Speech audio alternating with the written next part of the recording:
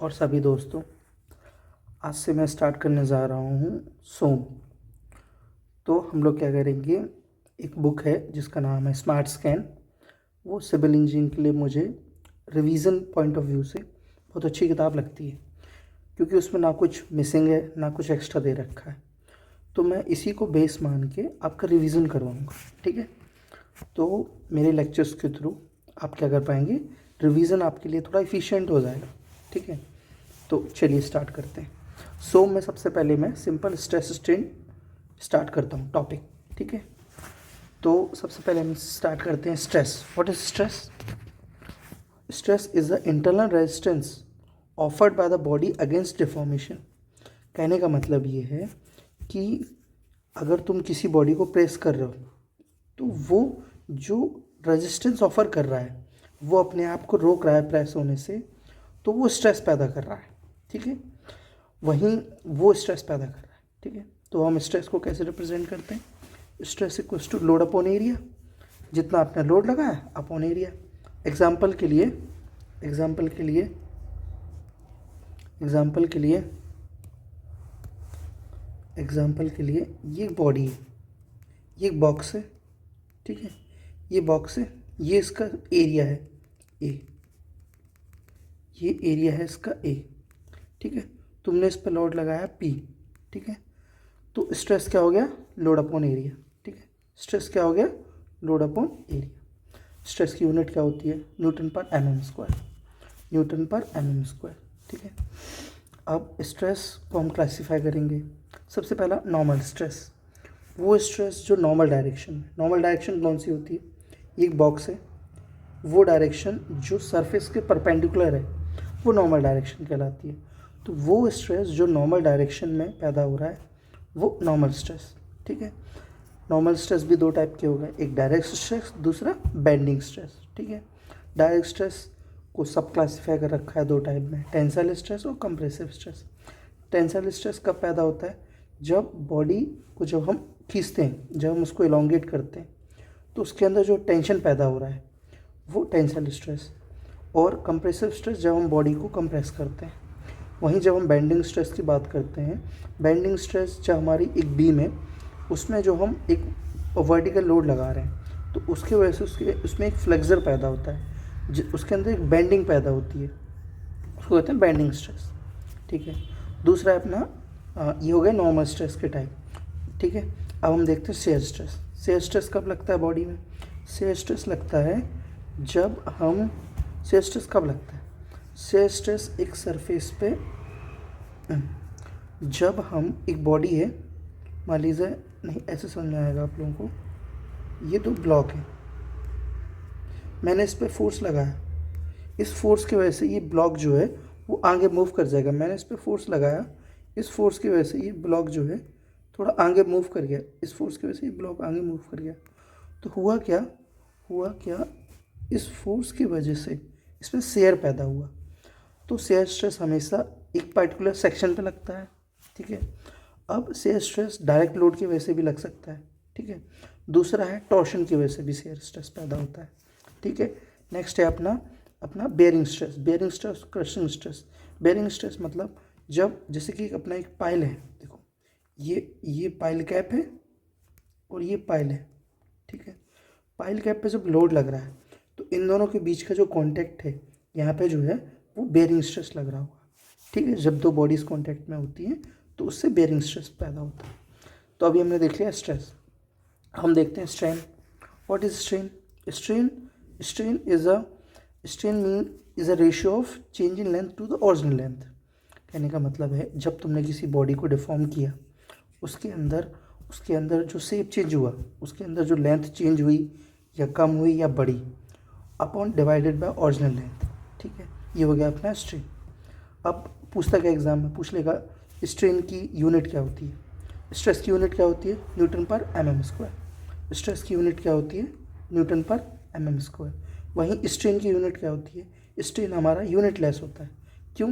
ये एक रेशियो है, रेशियो हमेशा, और रेशियो में दोनों यूनिट सेम है, तो स्ट्रेन क्या होगा? Change in length upon original length. तो ये क्या हो गया हमारा? यूनिट लेस हो गया। ये क्या हो गया हमारा? यूनिट लेस हो गया। अब हम स्ट्रेन को मेज़र कैसे करते हैं? स्ट्रेंथ को मेज़र करते हैं हम एक्सटेंसोमीटर और वायर गॉज की मदद से, ठीक है, वायर स्ट्रेन गॉज की मदद से, ठीक है। एक्सटेंसोमीटर बहुत जगह आपको देखने मिल जाएगा क्वेश्चंस में कि हाउ वी मेज़र स्ट्रेन, तो हम मेज़र करते हैं एक्सटेंसोमीटर से, और इसकी यूनिट क्या है, it is a dimensionless quantity, it is a dimensionless quantity, ठीक है। अब एग्ज़ाम में कई बार ये इंटरव्यू वगैरह में पूछ लेते हैं कि बताओ पहले स्ट्रेस पहले आया या स्ट्रेन पहले आया, बताओ सोचो। तो मैं आपको बता दूं कि stress developed if strain is registered, so strain come first. कहने का मतलब ये है कि आपने क्या किया, ये एक बॉडी है, ठीक है, इसको अपन ने क्या किया, इसको अपन ने दोनों टाइप से वो कर दिया, क्या कहते हैं, दोनों टाइप को रिस्ट्रेन कर दिया। अब रिस्ट्रेन कर दिया, अब मैंने इसका टेम्परेचर बढ़ाया, जब टेम्परेचर इसका बढ़ाओगे तो ये बॉडी इलोंगेट करना चाहेगी, लेकिन ये बॉडी इलोंगेट नहीं हो पा रही है क्योंकि ये रिस्ट्रेन है, ये दोनों टाइप से रुकी हुई है। अब जब ये रुकी हुई है तो ये एक्सपेंड करेगी, जब ये एक्सपेंड करेगी तो ये इस पर फोर्स लगाएगी, इस फोर्स को ये वॉल रेजिस्ट कर रही है, इसलिए यहाँ पे स्ट्रेस पैदा होगा। वहीं अगर मैं तुमसे कहूँ कि एक ब्लॉक है ये, ये फ्रीली रखा है एक बॉडी पे, और मैंने इस पर इसका टेम्परेचर बढ़ाया, जब मैंने इसका टेम्परेचर बढ़ाया बॉडी इलोंगेट हो गई, तो क्या इसके अंदर स्ट्रेस पैदा हुआ? नहीं, मतलब अभी इसके अंदर स्ट्रेस पैदा नहीं हुआ लेकिन स्ट्रेन हुआ है। कहने का मतलब ये है कि जब हमने पहले वाले केस में स्ट्रेन को रजिस्ट किया था तब हमारा स्ट्रेस पैदा हुआ था। तो पहले कौन आया, पहले कौन आया बताओ, पहले स्ट्रेस आया या स्ट्रेन आया? तो पहले स्ट्रेन आई फिर स्ट्रेस आया, ठीक है। चलो हम बात करते हैं स्ट्रेन कितने टाइप की होती है। टेंसाइल स्ट्रेन क्या है, जब तुम बॉडी को खींच रहे हो उसके अंदर इलोंगेशन होगा, तो जो इलोंगेशन होगा change in length upon original length, tensile strain हो गया। वहीं जब हम कंप्रेसिव स्ट्रेन की बात करते हैं, जब कोई बॉडी है, एग्जांपल के लिए ये हमारी बॉडी है, इसको जब तुमने कंप्रेस किया इसके अंदर जो इसकी लेंथ है वो कम हो गई, तो जितनी लेंथ कम हुई upon divided by original length क्या हो जाएगा, कंप्रेसिव स्ट्रेन, ठीक है।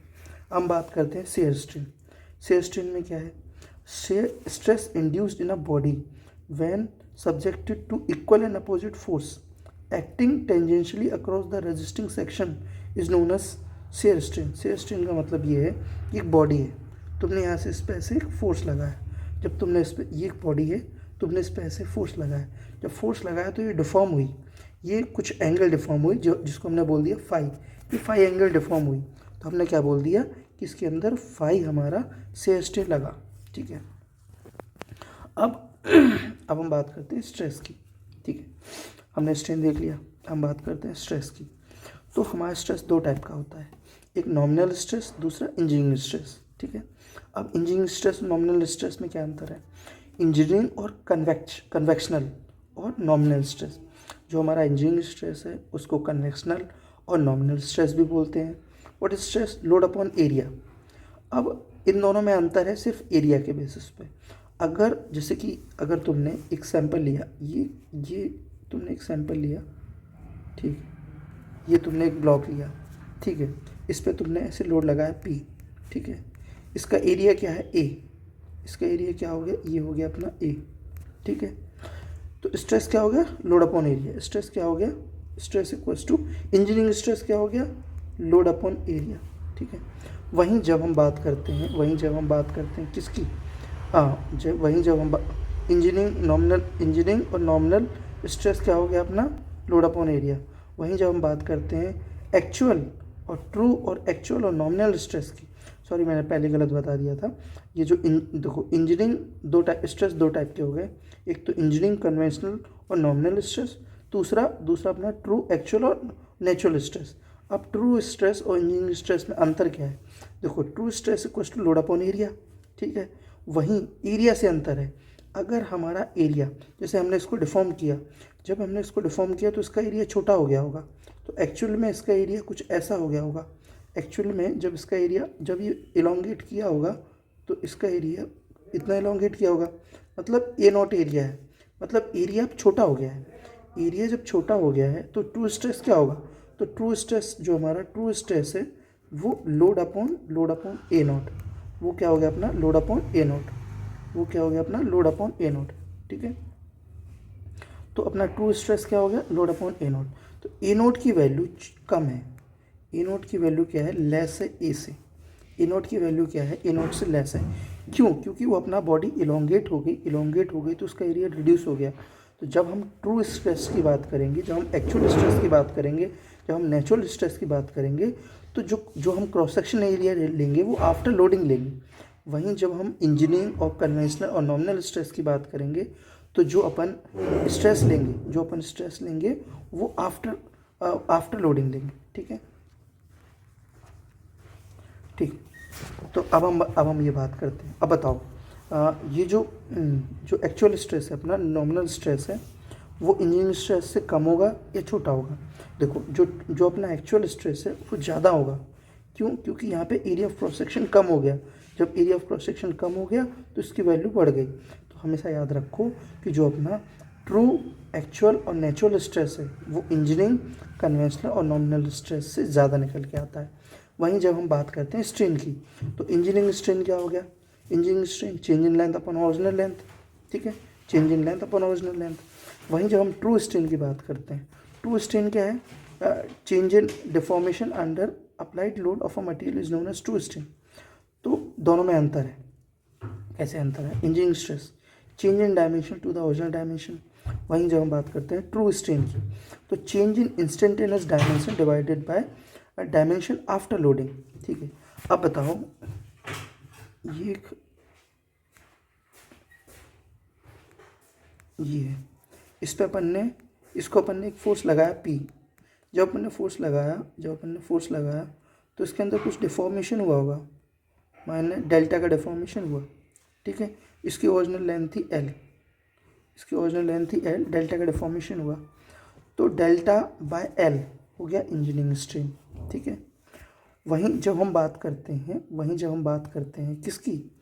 वहीं जब हम बात करते हैं ट्रू स्ट्रेन की, तो अब ये खुद भी कुछ इलोंगेट हो गया। मान लीजिए एल डैश इलोंगेट हो गया, ये क्या हो गया? एल डैश इलोंगेट हो गया। जब ये एल डैश इलोंगेट हो गया, पहले जो अपन ने लेंथ ली थी वो बिफोर लोडिंग की ली थी L, लेकिन जब हम ट्रू स्ट्रेन में जो लेंथ लेंगे, तो जो अपन डायमेंशन लेंगे लेंथ की वो आफ्टर लोडिंग लेंगे। तो एक्चुअली में इसकी लेंथ तो बढ़ गई। जब इसकी लेंथ बढ़ गई, एल डैश हो गई, मतलब जब नीचे डिनोमिनेटर बड़ा हो गया तो ये वैल्यू तो छोटी हो जाएगी। तो एक्चुअली में तुम्हें मोटा मोटा याद रखना है कि जो ट्रू स्ट्रेन है वो इंजीनियरिंग स्ट्रेस से छोटा होता है, और जो हमारा जो ट्रू स्ट्रेन है वो इंजीनियरिंग स्ट्रेन से छोटा होता है। वहीं जो अपना ट्रू स्ट्रेस है वो इंजीनियरिंग स्ट्रेस से बड़ा होता है। ठीक है, इसका तुम फॉर्मूला भी याद रख सकते हो, ये वाला। क्या? अगर तुम्हें एग्ज़ाम में बोल दे कि बताओ, अगर तुम्हें इंजीनियरिंग स्ट्रेस दे रखा है, एग्ज़ाम में क्या बोल दे कि अगर तुम्हें इंजीनियरिंग स्ट्रेस दे रखा है और स्ट्रेन दे रखा है, तो बताओ ट्रू स्ट्रेस क्या होगा? तो ट्रू स्ट्रेस क्या होगा? True stress equals to engineering strain plus into one plus strain. ये स्ट्रेन कौन सा है? ये इंजीनियरिंग स्ट्रेन है। ठीक है, अगर टेंशन में है तो एडिशन हो जाएगा, और वहीं कंप्रेशन में है तो सब्ट्रैक्शन हो जाएगा। चलिए अब हम आगे बढ़ते हैं। ठीक है, अब हम बात करते हैं किसकी? Elasticity. What is elasticity? It is a property of material by virtue of which it return back two is original dimension during unloading. ठीक है, इलास्टिसिटी का मतलब है ये वो प्रॉपर्टी ऑफ मटेरियल है जिससे हमने किसी बॉडी पर लोड लगाया, वो अपने दोबारा शेप को रीगेन कर ले। इस प्रॉपर्टी को बोलते हैं इलास्टिसिटी। इस प्रॉपर्टी को हम क्या बोलते हैं? इलास्टिसिटी। ठीक है, इस प्रॉपर्टी को अपन क्या बोलते हैं? इलास्टिसिटी। चलिए, तो अच्छा ये बताओ, चलो इलास्टिसिटी समझ में आ गया। चलो अब हम बात करते हैं हुक्स लॉ की। What is Hooke's law? Hooke's law कहता है stress is directly proportional to strain. ठीक है, लेकिन विद इन प्रोपोर्शनल लिमिट। ठीक है, within proportional limit. Stress law जो हमारा जो हुक्स लॉ है वो अपना विद इन प्रोपोर्शनल लिमिट ही वैलिड होता है। अब प्रोपोर्शनल लिमिट क्या होती है हम आगे देखेंगे। ठीक है, तो Hooke's law is valid for homogeneous, isotropic and linearly elastic material. Homogeneous क्या है? होमोजीनियस का मतलब होता है what do mean by homogeneous? Homogeneous माने same type of material. Isotropic, homogeneous और आइसोट्रॉपिक में अंतर क्या है? आइसोट्रॉपिक का मतलब होता है same property in all direction is isotropic. जब हम डायरेक्शन की बात करते हैं तो आइसोट्रॉपिक आ जाता है। वहीं जब होमोजीनियस का मतलब है कि सेम मिक्सचर, मतलब सेम टाइप मटेरियल, होमोजीनियस हो गया। वहीं लीनियरली इलास्टिक का मतलब है स्ट्रेस स्ट्रेन डायग्राम जो बनेगा वो स्ट्रेट लाइन बनेगा, ठीक है। लीनियरली इलास्टिक वो स्ट्रेस होगा, वो स्ट्रेट होगा, वो स्ट्रेट होगा। तो every material obey Hooke's law within limit of proportionality. कहने का मतलब है हुक्स लॉ प्रोपोर्शनल लिमिट के अंदर ही वैलिड होता है। तो stress is directly proportional to strain. जितना ज़्यादा स्ट्रेस लगाओगे उतना ज़्यादा स्ट्रेन बढ़ेगा। ये प्रोपोर्शनलिटी को साइन को हम जब हटाते हैं तो एक कांस्टेंट ऐड कर देते हैं, ठीक है। तो जो प्रोपोर्शनलिटी साइन जब हम हटाते हैं तो एक कांस्टेंट ऐड कर देते हैं। तो stress is equals to E strain. तो E modulus of elasticity. What is E? Modulus of elasticity is a ratio of stress upon strain. Modulus of elasticity क्या रिप्रेजेंट करता है? ये स्ट्रेंथ रिप्रेजेंट करता है। हमारा जो मटेरियल है, कोई भी मटेरियल की मॉडुलस ऑफ इलास्टिसिटी कितनी है ये बताता है कि उसकी स्ट्रेंथ कितनी है, ठीक है। अब हम कुछ इलास्टिक कांस्टेंट देखते हैं, ठीक है। अब हम कुछ इलास्टिक कांस्टेंट देखते हैं। कौन कौन से इलास्टिक कांस्टेंट, ठीक है, कौन कौन से इलास्टिक कांस्टेंट? सबसे पहला है अपना मॉडुलस ऑफ इलास्टिसिटी, ठीक है। ई क्या है? यंग मॉडुलस ऑफ इलास्टिसिटी, इसको कहते हैं modulus of elasticity. It's the ratio of longitudinal stress to the longitudinal strain. अब लॉन्गिट्यूडिनल स्ट्रेस लॉन्गिट्यूडिनल स्ट्रेन का क्या मतलब होता है? ये अपनी बीम है, ये अपनी एक बार है, इस पर लोड लगाया पी। जब हमने इस पर लोड लगाया इसमें कुछ डिफॉर्मेशन होगा। मान लीजिए टोटल डिफॉर्मेशन, ठीक है, ये डेल्टा एल हो गया, ये डेल्टा एल हो गया, डेल्टा एल बाई टू, ये डेल्टा एल बाई टू, ठीक है। ये इसके अंदर क्या होगा? डिफॉर्मेशन हो गया, ठीक है। तो चेंज इन लेंथ, ये जो डिफॉर्मेशन है ये इसके लॉन्गिट्यूडनल डायरेक्शन में है। तो change in deformation in longitudinal direction divided by original length L, ये क्या हो गया? Longitudinal strain. वहीं जब हम लॉन्गिट्यूडनल स्ट्रेस की बात करते हैं तो इसकी लॉन्गिट्यूडनल डायरेक्शन में जो स्ट्रेस है वो लॉन्गिट्यूडनल स्ट्रेस हो गया। वहीं जब हम लेटरल स्ट्रेन की बात करते हैं तो जब हमने इसको खींचा था तो ये कुछ लंबा हुआ होगा, ये कुछ लंबा हुआ होगा, कुछ लंबा हुआ होगा और कुछ पतला हुआ होगा। कहने का मतलब ये है कि इसकी ओरिजिनल डायमेंशन थी ये, ओरिजिनल डायमेंशन थी ये। जब हमने लोड लगाया तो ये एलोंगेट हो गया और इसकी थिकनेस कम हो गई। तो जो इसकी थिकनेस कम हुई है, change in thickness divided by original thickness is lateral strain. जो स्ट्रेन लेटरल डायरेक्शन में है वो लेटरल स्ट्रेन, दैट्स इट, ठीक है। अब मैं तुमसे पूछने वाला था कि कौन इलास्टिक है, रबर ज़्यादा इलास्टिक है कि स्टील ज़्यादा इलास्टिक है? बताओ कौन ज़्यादा इलास्टिक है? Steel is more elastic than rubber. By, क्योंकि जब भी हम स्टील को इलोंगेट करेंगे वो अपनी पोजीशन को जल्दी रीगेन कर लेगी, इसीलिए कहा जाता है कि steel is more elastic than rubber, ठीक है। Model of elasticity is based on Hooke's law, ठीक है। Material will be more elastic if E is more. पहले बताया कि elasticity is directly proportional to E. Elasticity, E क्या है? Elasticity, E क्या है? Elasticity,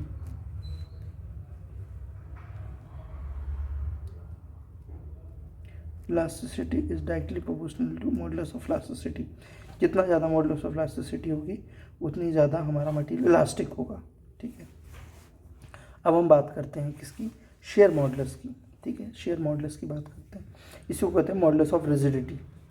share modulus is a ratio of shear stress to the shear strain, ठीक है। It is a ratio of shear stress to the shear strain, ठीक है।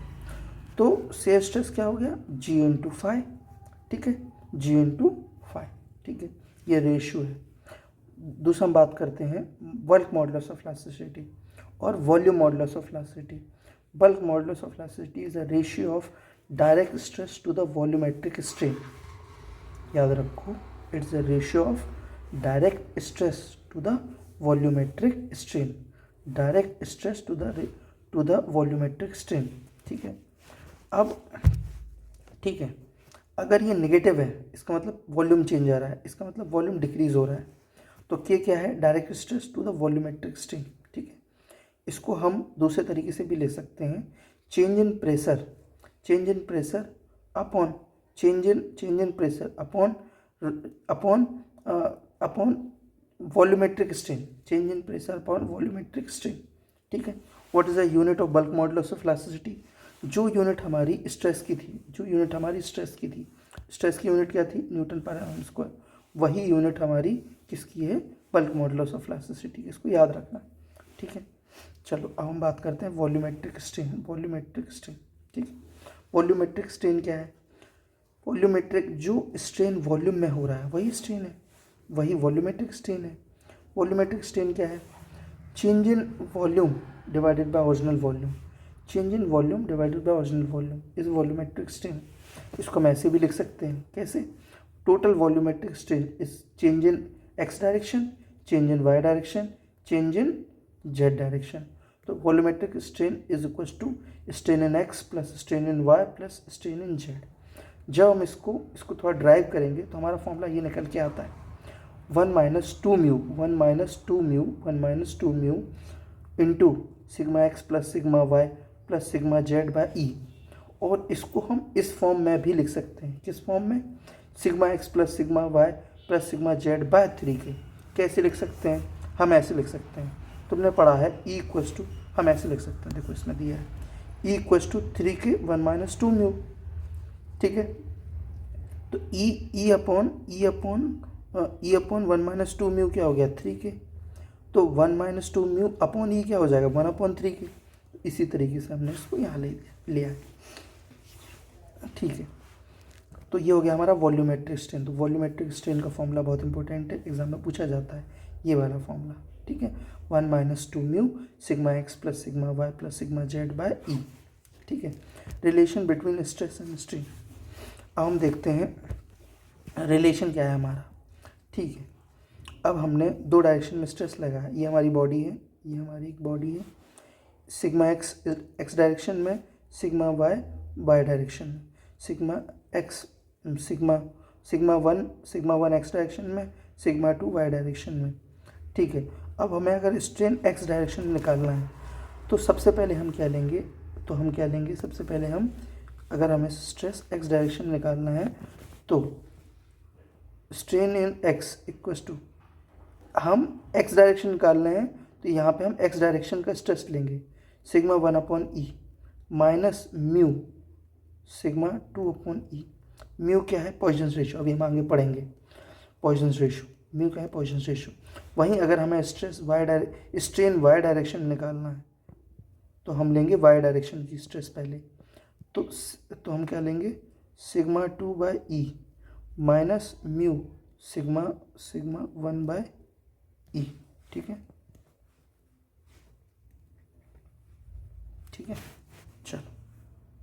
चलो अब हम बात करते हैं क्या, स्ट्रेन इन वाई डायरेक्शन दिया है इसमें। ठीक है, अब हम बात करते हैं किसकी बात करते हैं, Poisson's ratio. What is Poisson's ratio, it is a ratio of lateral strain to the longitudinal strain. मैंने तुम्हें बताया था लेटरल स्ट्रेन क्या है। लेटरल स्ट्रेन का मतलब है, हमने एक बार लिया, उसको जब हमने खींचा तो उसकी डाया छोटी हुई, उसकी लेंथ बढ़ी, जितनी उसकी डाया छोटी हुई divided by original dia lateral strain हो गया, जितनी उसकी लेंथ बढ़ी divided by original length longitudinal और लीनियर स्ट्रेन हो गया। ठीक है, पॉइजन्स रेशियो को 1/m के फॉर्म में भी लिख सकते हैं, पॉइजन्स रेशियो को 1/m के फॉर्म में भी लिख सकते हैं। एग्जाम में पूछा जाता है कि पॉइजन्स रेशियो की रेंज कितनी होती है, तो इसकी रेंज होती है कितनी, इसकी रेंज होती है 0 से 0.5 तक, 0 से 0.5 तक। ठीक है, क्या पॉइजन्स रेशियो नेगेटिव भी हो सकता है, हाँ पॉइजन्स रेशियो नेगेटिव भी हो सकता है। किसके लिए नेगेटिव हो सकता है, पॉइजन्स रेशियो हमारा नेगेटिव भी हो सकता है कुछ मटेरियल्स की, जैसे कि ह्यूमन टिश्यू के लिए हमारा जो पॉइजन्स रेशियो है वो नेगेटिव भी हो जाता है। क्यों नेगेटिव, कैसे हो जाता है, नेगेटिव ऐसे हो जाता है कि कई बार हम जब किसी मटेरियल को खींचते हैं तो जब हम उसको खींचते हैं तो खींचने के साथ साथ उसकी जो लेटरल डायरेक्शन में डाया जो लेंथ जो डाया है वो कम होनी चाहिए, कम होने की जगह वो बढ़ने लगती है जैसे कि ह्यूमन टिश्यू, ठीक है। तो इसीलिए जो पॉइजन रेशियो है हमारा वो नेगेटिव भी चला जाता है, ठीक है। अब इसको याद करने के लिए मैंने ट्रिक बनाई थी। सबसे पहले याद रखो आइसोट्रॉपिक मटेरियल के लिए पॉइजन रेशियो की वैल्यू होती है 0.25, ठीक है। अब इसके लिए मैंने ट्रिक बनाई थी, तुम लोग ऑफेंड मत हो ना कि ऐसी कैसी ट्रिक बना दी तुमने कास्ट बेस्ड, लेकिन मुझे ऐसे याद रही तो इसलिए मैंने बता दी, ठीक है। तो bro all S C triple C, ठीक है। Bro all S C bro all S C triple C, ठीक है। ऐसे मैंने याद रखा है, ठीक है। तुम लोग ऐसा मत सोचना कि मैं कास्ट बेस्ड वो कर रहा हूँ, अरे मैं खुद ऐसी हूँ, बस ये है कि इस चीज़ों को रिटेन होनी चाहिए, याद होनी चाहिए। तो मैं अपनी खुद की ट्रिक्स बना लेता हूँ जो मेरे दिमाग में रहती हैं, अगर ये आपको भी मदद करें तो और अच्छी बात है। जैसे ब्रास का पॉइजन रेशियो क्या है 0.34, ठीक है। ब्रास का है 0.34, एल्यूमिनियम का 0.33, स्टील का 0.33 से 0.27, कास्ट आयरन का 0.27 से 0.23, ठीक है। ट्रिपल सी सबसे कम किसका है कॉर्क, उसके बाद कंक्रीट, एंड में कास्ट आयरन, ठीक है। तो कॉर्क का 0, कंक्रीट का 0.1 से 0.2 और फिर कास्ट आयरन का 0.2 से 0.3, ठीक है। तो bro all S C triple C, ठीक है। ये मैं खुद अपने लिए कह रहा हूँ, ठीक है। तुम लोग फ्रेंड में थे ना, ये सिर्फ याद करने के लिए मैंने एक ट्रिक बनाई है, ठीक है। बाकी एग्जाम में ये फॉर्मूले भी बहुत आते हैं, ठीक है, इनको याद रखो। E equals to 2G 1 plus mu, E equals to 3K 1 minus 2 mu, E equals to 9KG 3K plus G, ठीक है। और mu equals to 3K minus 2G 6K plus 2G, ठीक है। अब किसी भी इंजीनियरिंग मटेरियल के लिए पॉइजन रेशियो की वैल्यू 0 से 0.5 के बीच में होनी चाहिए, ठीक है। अब हम देख लेते हैं रेंज, इसकी मैंने ट्रिक बना रखी है म्यू जी के, ठीक है। म्यू हमारा पॉइजन रेशियो, जी हमारा वो शेयर मॉडुलस, ये अभी हमने बात की थी जो इसको कहते हैं शेयर मॉडुलस ऑफ रिजिडिटी और शेयर मॉडुलस, ठीक है। जी हमारा शेयर मॉडुलस, के क्या है हमारा के हमारा पॉइजन रेशियो है, ओ सॉरी के बल्क मॉडुलस ऑफ इलास्टिसिटी है, ठीक है। और म्यू हमारा पॉइजन रेशियो है।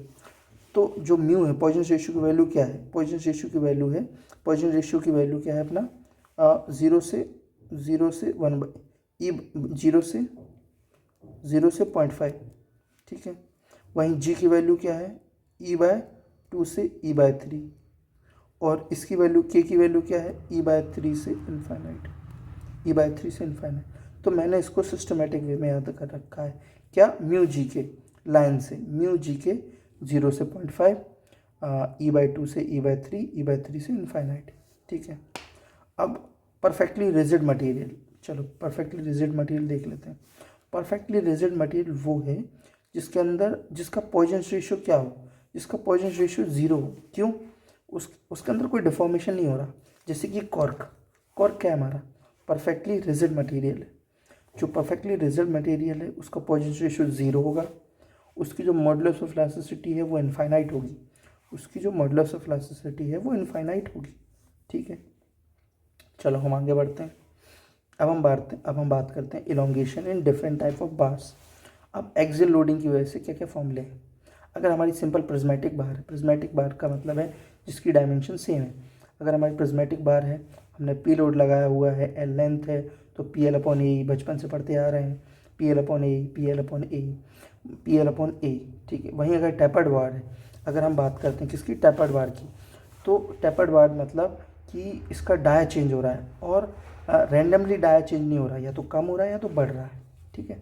तो एल लेंथ है, ये D1 है, ये D1 है, ये D2 है। एल लेंथ है, ये D1 है, एक छोटी डाया एक बड़ी डाया है, तो चेंज इन लेंथ कितना होगा 4PL/D1 into D2 into E।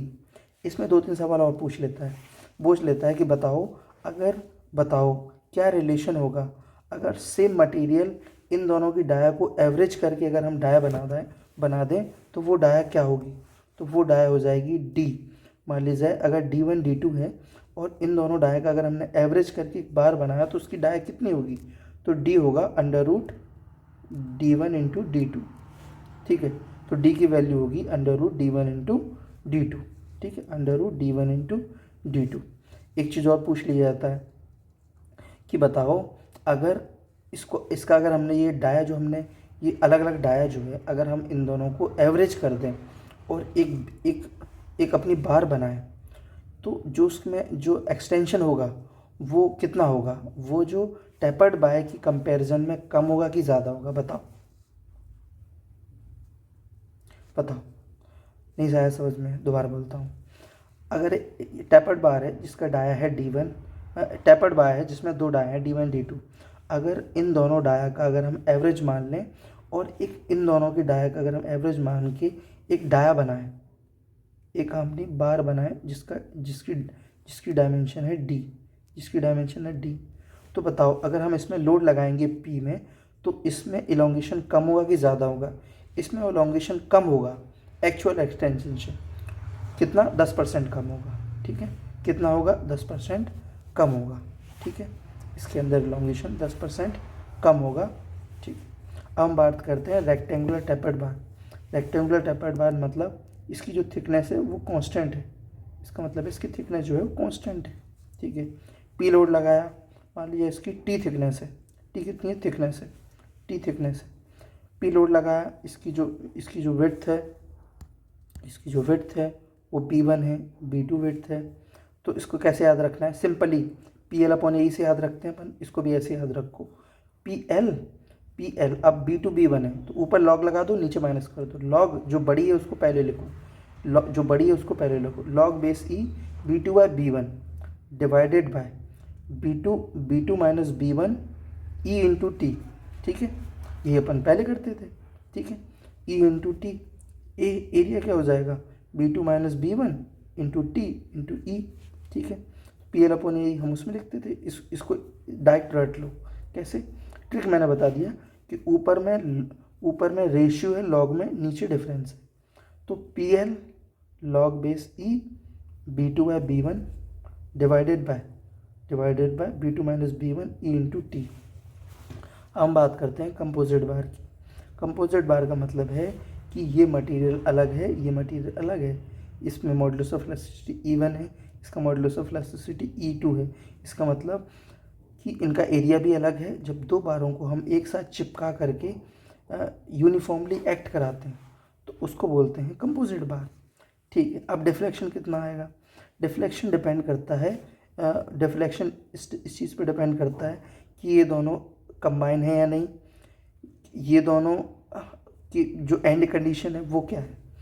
अगर मैं इसको सिंपली ये मानूँ कि ये दोनों क्या है, कंबाइन है, ये दोनों बाइंडेड हैं, ये दोनों बाइंडेड हैं और ये दोनों बाइंडेड हैं, अगर ये मैं मानूँ और इन दोनों को एंड से रिस्ट्रिक्ट कर दिया है, अगर मैंने इन दोनों को एंड से रिस्ट्रिक्ट कर दिया है, उसके बाद मैं इस पर लोड लगा रहा हूँ कंप्रेसिव, तो ये दोनों का भले मॉडुलस ऑफ इलास्टिसिटी अलग अलग है, भले एरिया अलग अलग है, लेकिन इसके अंदर जो डिफॉर्मेशन होगा वो इक्वल होगा। कहने का मतलब है अगर जो बार 1 है ए, ये जो बार 1 है ये बार 2 है, ये कहने का मतलब ये है कि ये बार 1 है ये बार 2 है, बार में जो इलोंगेशन होगा वो डेल्टा L1, बार 1 में जो इलोंगेशन होगा डेल्टा L1, बार 2 में जो इलोंगेशन होगा डेल्टा L2, ये दोनों इक्वल होंगे किसके, PL/AE के, तो P1L/A1E1, क्योंकि लेंथ तो सेम ही है, ठीक है, लेंथ तो सेम ही है। चलो अब हम बात करते हैं कि इंडिविजुअल लोड कितना लेगा।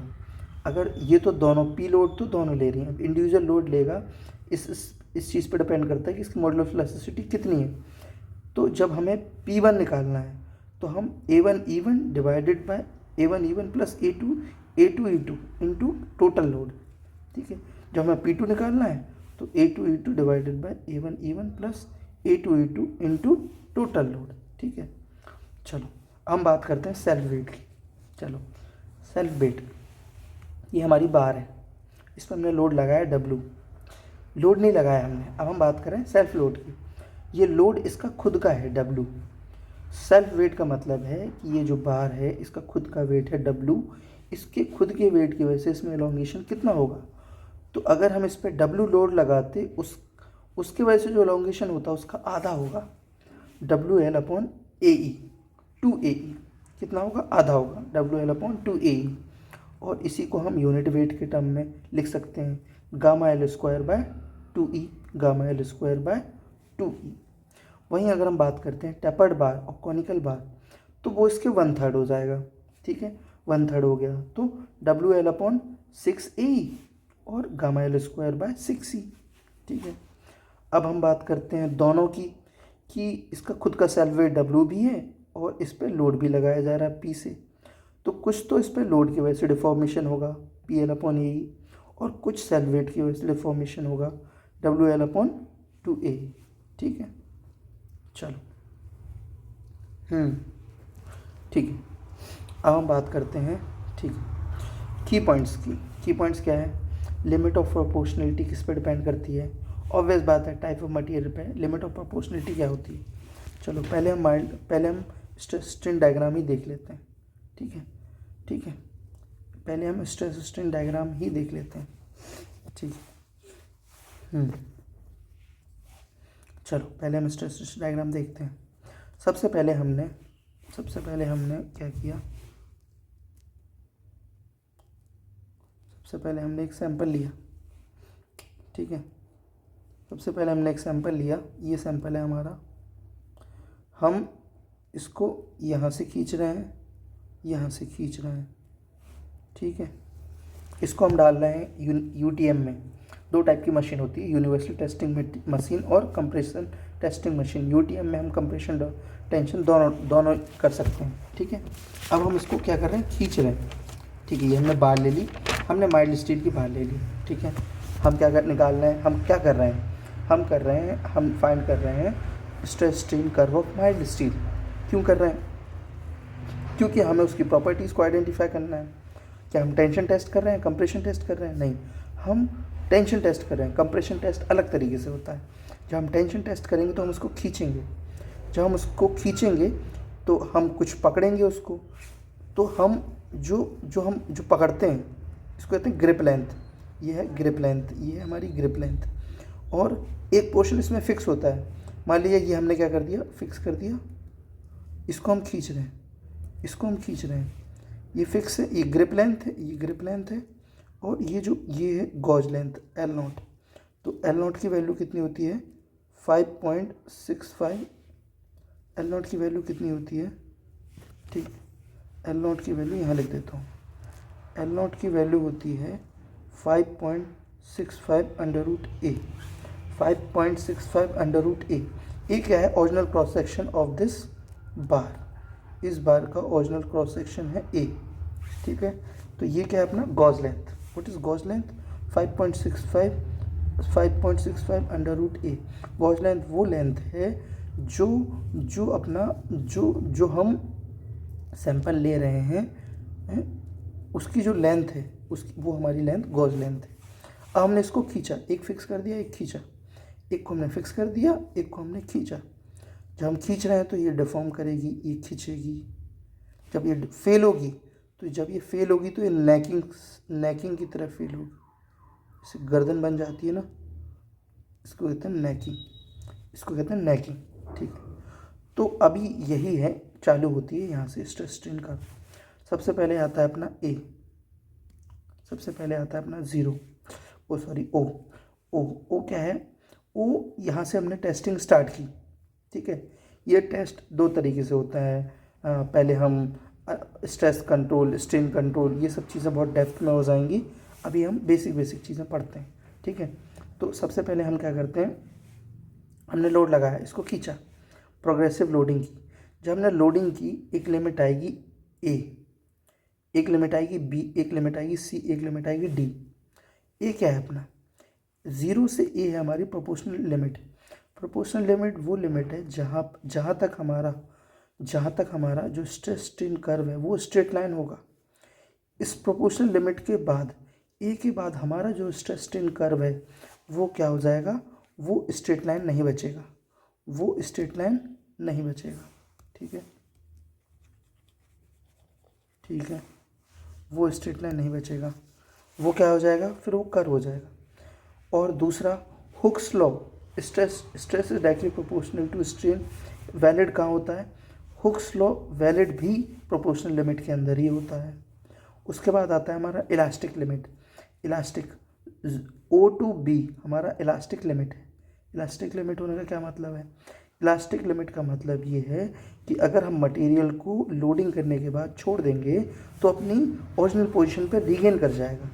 वहीं अगर हम सी तक आते हैं और मटेरियल को लोडिंग के बाद छोड़ देंगे तो अपने ओरिजिनल पोजीशन को रीगेन नहीं कर पाएगा, उसके अंदर कुछ ना कुछ रेसिडुअल स्ट्रेन बच जाएगा। ठीक है, ये हो गया हमारा इलास्टिक लिमिट। अब हम बात आते हैं ऊपर, इसको कहते हैं अपर यील्ड पॉइंट, और डी है हमारा लोअर यील्ड पॉइंट। अब अपर यील्ड पॉइंट पे हम आ गए। अपर यील्ड पॉइंट से जो अपर यील्ड पॉइंट है वो हमारा क्या है? अनस्टेबल होता है, इसलिए हम उसको यील्ड पॉइंट कंसिडर नहीं करते। हम लोअर यील्ड पॉइंट को यील्ड पॉइंट कंसिडर करते हैं। क्यों? क्योंकि लोअर यील्ड पॉइंट हमारा स्टेबल है, अपर यील्ड पॉइंट हमारा स्टेबल नहीं है। अपर यील्ड पॉइंट किस पे डिपेंड करता है? रेट ऑफ लोडिंग पे डिपेंड करता है। अगर रेट ऑफ लोडिंग बहुत तेज़ है तो अपना अपर यील्ड पॉइंट भी थोड़ा ज़्यादा आएगा, और रेट ऑफ लोडिंग प्रोग्रेसिव धीरे धीरे हो रही तो अपर यील्ड पॉइंट भी डिफर करता है। तो कहने का मतलब ये है कि अपर यील्ड पॉइंट अपना रेट ऑफ लोडिंग पे डिपेंड करता है। Limit of proportionality type of material पे डिपेंड करता है। कहने का मतलब ये है कि अगर मटेरियल स्टील है, कंक्रीट है, एल्युमिनियम है, कॉपर है, तो उसकी अलग अलग प्रोपोर्शनलिटी लिमिट होगी। मतलब प्रोपोर्शनलिटी डिपेंड करता है किस पे? प्रोपोर्शनलिटी लिमिट डिपेंड करता है टाइप ऑफ मटेरियल पे। वहीं हम बात करते हैं upper yield point rate of loading पे। वहीं हम यील्ड पॉइंट को lower yield point, upper yield point क्यों नहीं कंसिडर करते, लोअर यील्ड पॉइंट ही क्यों कंसिडर करते हैं? क्योंकि अपर यील्ड पॉइंट हमारा अनस्टेबल होता है, ये हमें एक फिक्स्ड वैल्यू नहीं देता। वहीं लोअर यील्ड पॉइंट हमारी एक स्टेबल वैल्यू देता है, इसलिए हम लोअर यील्ड पॉइंट इसको कंसिडर करते हैं। इसको कहते हैं हम यील्ड प्लेटू, इसको बोलते हैं यील्ड प्लेटू। ठीक है, इसको हम बोलते हैं क्या? यील्ड प्लेटू। इतना समझ में आ गया? चलो, इतना समझने के बाद अब हम आगे बढ़ते हैं। अब तुम्हें एक चीज़ और समझनी है कि अपर यील्ड पॉइंट में ऐसा क्या हो रहा है कि नीचे आ रहा है। देखो, स्टील है, स्टील के अंदर कार्बन कार्बन एटम होंगे। जब कार्बन कार्बन एटम पे लोडिंग और बढ़ेगी तो कार्बन कार्बन एटम आपस में स्लाइड करेंगे, स्लाइड करके वो अपने आप को रीअरेंज कर लेंगे। जब वो स्लाइड करके अपने आप को रीअरेंज कर लेते हैं तो हमें लोअर यील्ड पॉइंट मिलता है। हमें क्या मिलता है? लोअर यील्ड पॉइंट मिलता है। ठीक है, ठीक है। अब हम बात करते हैं यील्ड प्लेटू की। ठीक है, उसके बाद होता है स्ट्रेन हार्डनिंग रीजन। उसके बाद ई से एफ है हमारा स्ट्रेन हार्डनिंग रीजन। उसके बाद है हमारा एफ क्या है? Ultimate point. जी क्या है हमारा? Fracture point, breaking point, fracture point. ठीक है, ई एफ क्या है? नेकिंग रीजन और स्ट्रेन हार्डनिंग रीजन, और इसको कहते हैं strain softening region. Strain hardening region E F necking region, material start offering resistance against deformation.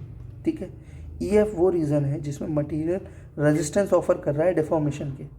वहीं एफ जी वो रीज़न है strain hardening region, material start offering resistance against deformation. ठीक है, start offering, ठीक है, स्ट्रेन हार्डनिंग रीजन हो गया। ठीक है, इतना समझ लिया। In a mild steel A B C are closer to each other, therefore they are, जो ए बी सी पॉइंट है माइल्ड स्टील में ये बहुत क्लोज होते हैं, इसलिए हम इसको कहते हैं लीनियरली इलास्टिक मटेरियल, इसलिए हम इसको बोलते हैं लीनियरली इलास्टिक मटेरियल। अब हम बात करते हैं स्ट्रेन की। जो अपनी स्ट्रेन हुई कहाँ? यील्ड पॉइंट पे। जो अपनी स्ट्रेन हुई यील्ड पॉइंट पे वो कितनी है? 0.125%। वहीं फेलियर के टाइम पे अपना स्ट्रेन कितनी है? 25 से 30%। ठीक है, कितनी है? 25 से 30%, 25 से 30%। ठीक है, अभी मैंने तुम्हें समझाया था इलास्टिक लिमिट का क्या मतलब है। इलास्टिक लिमिट का मतलब है it is the maximum stress which the material can withstand without causing permanent deformation which remain after removal of stress.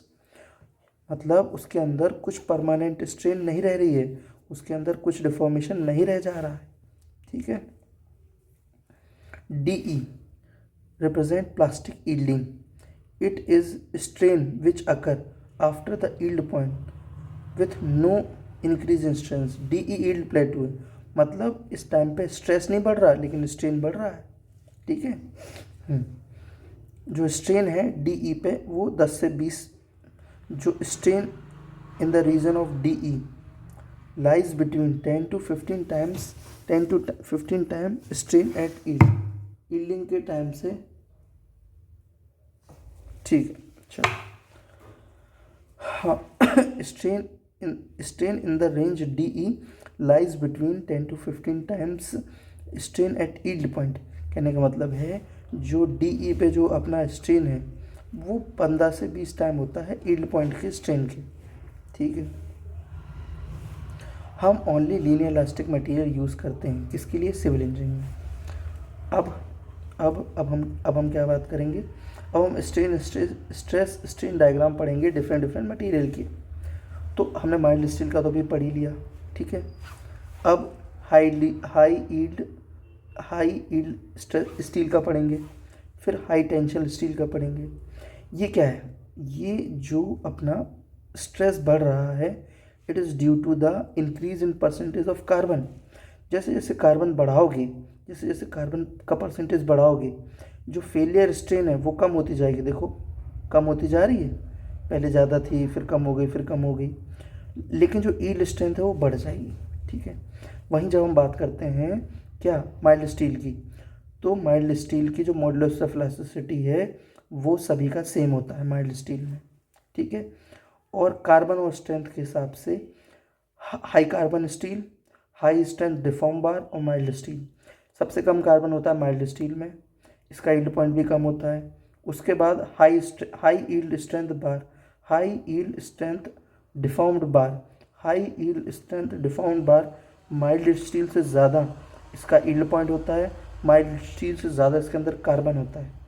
High carbon steel में भी कार्बन ज़्यादा होता है और इसका क्या होता है, स्ट्रेंथ ज़्यादा होती है। डक्टिलिटी इन्वर्सली प्रोपोर्शनल होता है परसेंटेज ऑफ कार्बन की, ठीक है। डक्टिलिटी इन्वर्सली प्रोपोर्शनल होता है किसके, डक्टिलिटी इन्वर्सली प्रोपोर्शनल होता है किसके, परसेंटेज ऑफ कार्बन की। अब ये डायग्राम कई बार एग्जाम में पूछ लेता है, मुझे याद नहीं होता था तो इसमें मैंने इसकी ट्रिक बना दी। कास्ट एल्युमिनियम, कास्टिंग करो एल्युमिनियम की in West Central Railway. Cast aluminium, सबसे पहले कास्ट आयरन, फिर एल्युमिनियम, फिर wood, concrete, rubber. Cast aluminium in West Central Railway, line से याद हो गया, cast aluminium in West Central railway.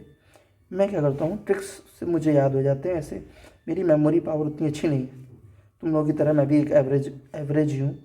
बस मैंने घिस घिस के अपनी चीज़ों, अपनी स्किल्स को इम्प्रूव किया धीरे धीरे।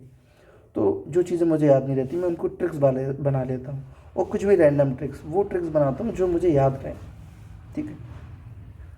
अब cast aluminium in West Central railway.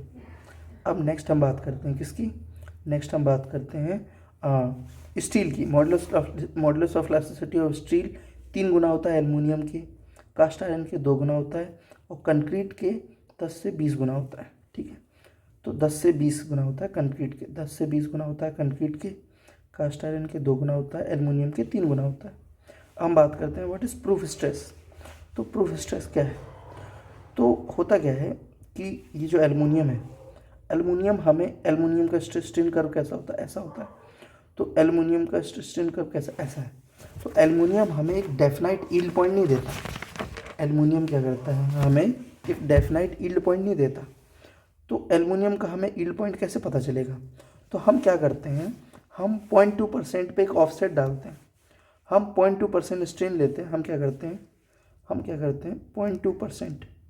0.2% strain लेते हैं। 0.2% स्ट्रेन से हम क्या करते हैं, इस इनिशियल स्लोप के, ये जो इनिशियल स्लोप है इसका जो टेंजेंट है उसके पैरेलल हम एक टेंजेंट ड्रॉ करते हैं। ये जो एल्युमिनियम का इनिशियल स्लोप है उससे हमने एक टेंजेंट ड्रॉ किया, उससे 0.2% स्ट्रेन पे हमने एक स्ट्रेट लाइन ड्रॉ की, उसके करस्पॉन्डिंग जो हमें स्ट्रेस मिलेगा उसको हम बोलते हैं क्या, प्रूफ स्ट्रेस। उसको हम बोलते हैं प्रूफ स्ट्रेस। कहने का मतलब ये है कि एल्युमिनियम की हमको एक डेफिनेट यील्ड पॉइंट नहीं मिल रही थी, हमने क्या किया, उसको हमने ऑफसेट मेथड से निकाल दिया। इस मेथड को हम ऑफसेट मेथड बोलते हैं, ठीक है। तो ऑफसेट मेथड में हम करते क्या है, हम 2.2% हम स्ट्रेन लेते हैं, 0.2% strain corresponding to initial slope, ठीक है। हम क्या करते हैं, इनिशियल स्लोप की एक लाइन बनाते हैं, उसके करस्पॉन्डिंग जो हमें स्ट्रेस मिलता है उस स्ट्रेस को बोलते हैं प्रूफ स्ट्रेस, और यही हमारा यील्ड पॉइंट हो जाता है एल्युमिनियम के केस में। चलो अब देखते हैं proof stress. Proof stress of a material can be defined as the stress at which material can undergo plastic deformation. It is determined as the stress corresponding to 0.2% of strain from the stress strain curve। वही मैंने तुम्हें समझा दिया। अब working और permissible stress क्या है? Working stress और परमिसिबल स्ट्रेस वो स्ट्रेस है जिस पे मैक्सिमम वर्क करना अलाउ है, मतलब इससे ज़्यादा आप स्ट्रेस मतलब किसी मटेरियल पे इससे ज़्यादा स्ट्रेस अलाउ नहीं है। तो maximum allowable stress at which material can subjected under service load पे उस मैक्सिमम स्ट्रेस कितना आ सकता है, उसको बोलते हैं मैक्सिमम उसको हम बोलते हैं वर्किंग परमिसिबल स्ट्रेस। हम बात करते हैं क्या, हम बात करते हैं फैक्टर ऑफ सेफ्टी की। अब हम बात करते हैं किसकी, फैक्टर ऑफ सेफ्टी की। फैक्टर ऑफ सेफ्टी क्या है? Yield stress to the working stress. Factor of safety it is a ratio of yield stress to the working stress, ठीक है। वर्किंग स्ट्रेस सबसे कम होता है, उसके बाद यील्ड स्ट्रेस होता है, उसके बाद अल्टीमेट स्ट्रेस होता है। सबसे बड़ा कौन सा होता है? Ultimate stress. उसके बाद यील्ड स्ट्रेस, उससे छोटा यील्ड स्ट्रेस, उससे छोटा वर्किंग स्ट्रेस। तो factor of safety is a ratio of yield stress to the working stress, ठीक है। It is a ratio of yield stress to the working stress. अब हम बात करते हैं क्या, प्रॉपर्टीज़ ऑफ मटेरियल की। अब हम बात करते हैं क्या, अब हम बात करते हैं प्रॉपर्टीज़ ऑफ मटेरियल की, ठीक है। मुझे लगता है लेक्चर लंबा हो गया है, प्रॉपर्टीज़ ऑफ मटेरियल हम बाद में डिस्कस करेंगे। Okay, thank you. आपको लेक्चर कैसा लगा? देखो ये मेरा फर्स्ट लेक्चर था जो मैंने अभी तक रिकॉर्ड किया है।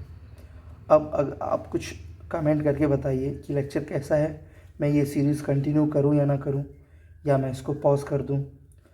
मैं अपने एंड से सारे सिविल इंजीनियरिंग के सब्जेक्ट इसी तरीके से तुम लोग को पढ़ाऊँगा। अगर तुम लोग इंटरेस्टेड हो, तुम इन्जॉय कर रहे हो, तो फर्दर मुझे अपना एक रिव्यू दो। Okay, thank you.